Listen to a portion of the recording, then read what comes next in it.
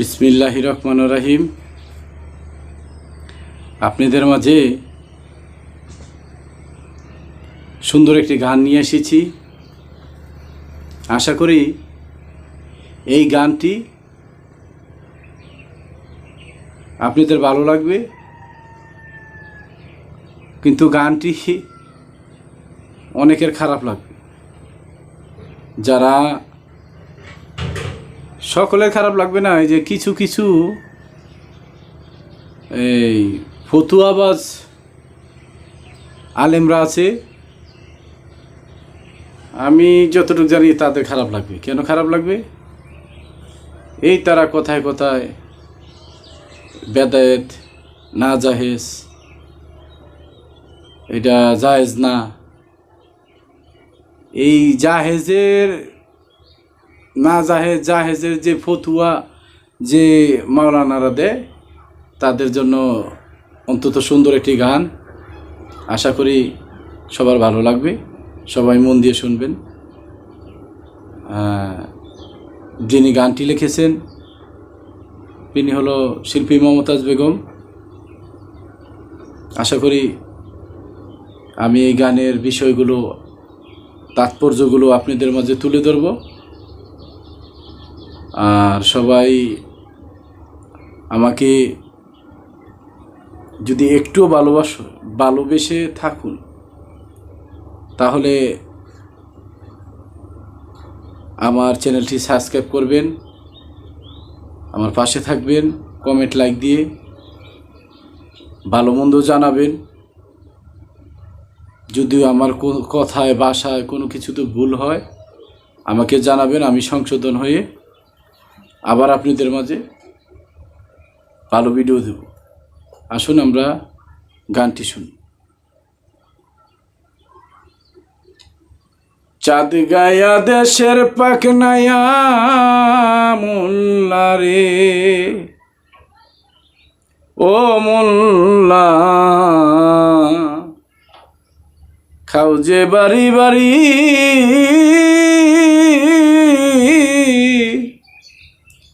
হিন্দু গোশের মিষ্টি খাওয়া, হিন্দু গোশের মিষ্টি খাওয়া, রয় কোন সরাই জারি রে। কিছু চাঁদ গায়া দেশের পাখনায়া মোল্লা রে, সারের হয় না মুসলমানি, গাভীর হয় না বিয়া, সেই গাভীর দুধ খাও মোল্লা। রাখেন, আসুন আমরা বিষয়গুলো একটু বুঝি। আমার তো জ্ঞান নাই, অজ্ঞানী মানুষ। দেখেন, কিছু চাঁদ গায়া দেশের পাকনায়া মোল্লা তারা ফতুয়া দেয়, এটা খাওয়া জায়েজ না, ওইটা খাওয়া জায়েজ না, হিন্দুদের কোনো খাবার তৈরি করা খাবার খাওয়া জায়েজ না। কিন্তু দেখবেন আমাদের সমাজে মিলাদ, মাহফিল, মসজিদে, যেখানেই যান, যে কোনো আনন্দ উৎসবে মিষ্টির প্রয়োজন। সেখানে মাওলানারা মিলাদ দিচ্ছে, তারাও মিষ্টি খাচ্ছে। কিন্তু একবার ভেবে দেখুন তো, এই মিষ্টি কিন্তু সাভারের ওই যে হিন্দু ঘোষ রাজবংশী তার হাতে বানানো।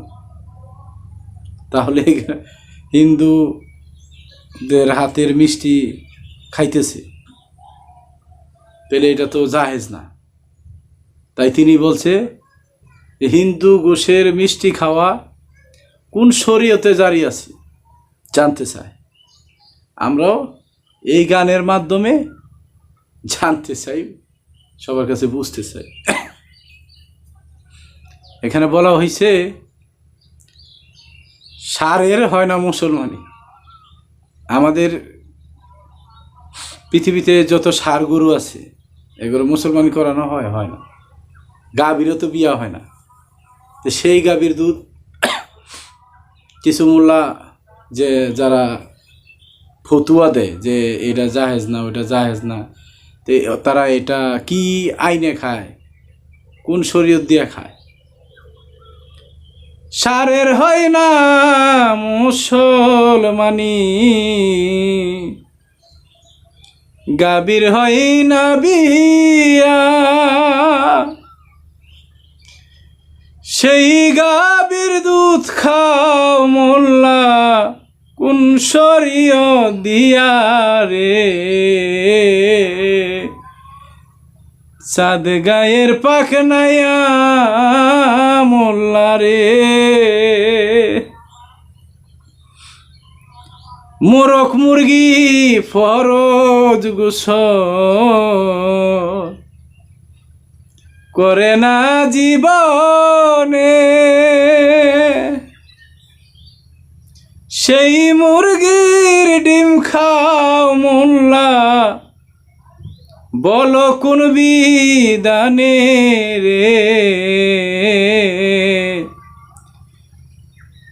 মোরক মুরগির জীবন গোসল করে ফরজ গোসল, সেই মুরগির যে আমরা ডিম খাই মুরগি বা মোরকের, তাইলে এইখানে আমাদের বোঝা উচিত যে এইখানে তো জাহেজ বা অনজাহেজ যে আমরা যে কথাগুলা কথায় কথায় টানি, এগুলা আসলেই কোন জিনিসটা জাহেজ আর অনজাহেজ এগুলা আমাদের সমাজে আছে। যে বাজে কর্ম, নেগেটিভ কর্ম, মানুষের উপর অত্যাচার, জোর জুলুম, এগুলা না জাহেজ। খাবার খাদ্য জাহেজ না জাহেজ এগুলা ফতুয়া বা এই যে বিষয়গুলো আছে, আমরা যাই হোক কথা না বাড়াই, এটা মজার গান, এটা প্রশ্ন রাখা হচ্ছে গানটি দিয়ে সমাজের কাছে। আসলে মূলত মানুষকে ভালোবাসার চাইতে কোনো ভালো কর্ম নেই।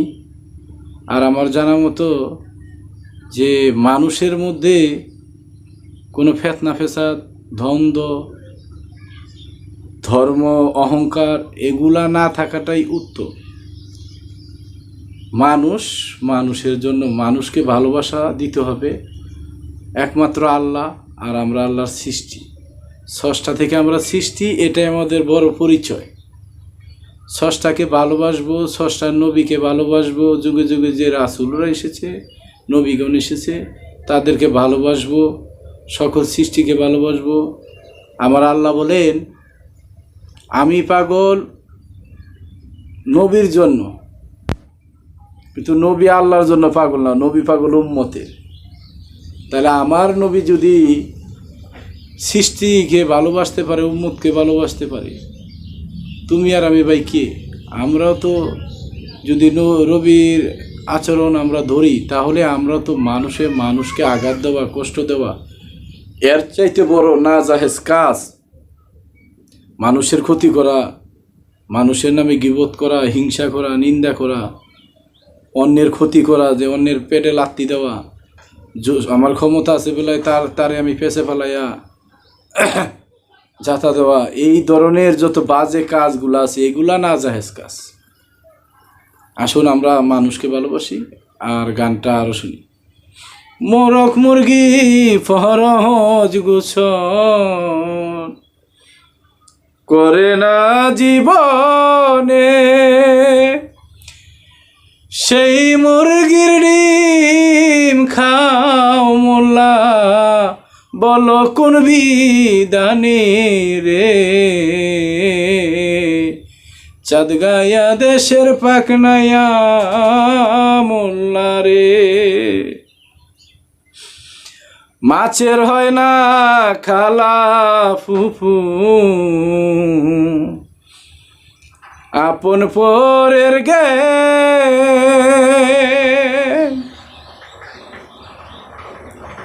মাছের হয় না খালা ফুফু,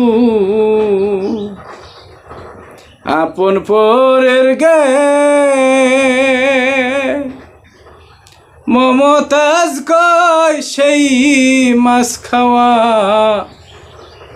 জাহেজ হইল কেন রে কিছু, চাঁদ গায়া দেশের পাকনায়া মোল্লা রে। মাফ করবেন, আমি কোনো আলেম শব্দের অর্থ জ্ঞানী, আমি তাদেরকে সম্মান করি, সালাম করি, ভক্তি করি।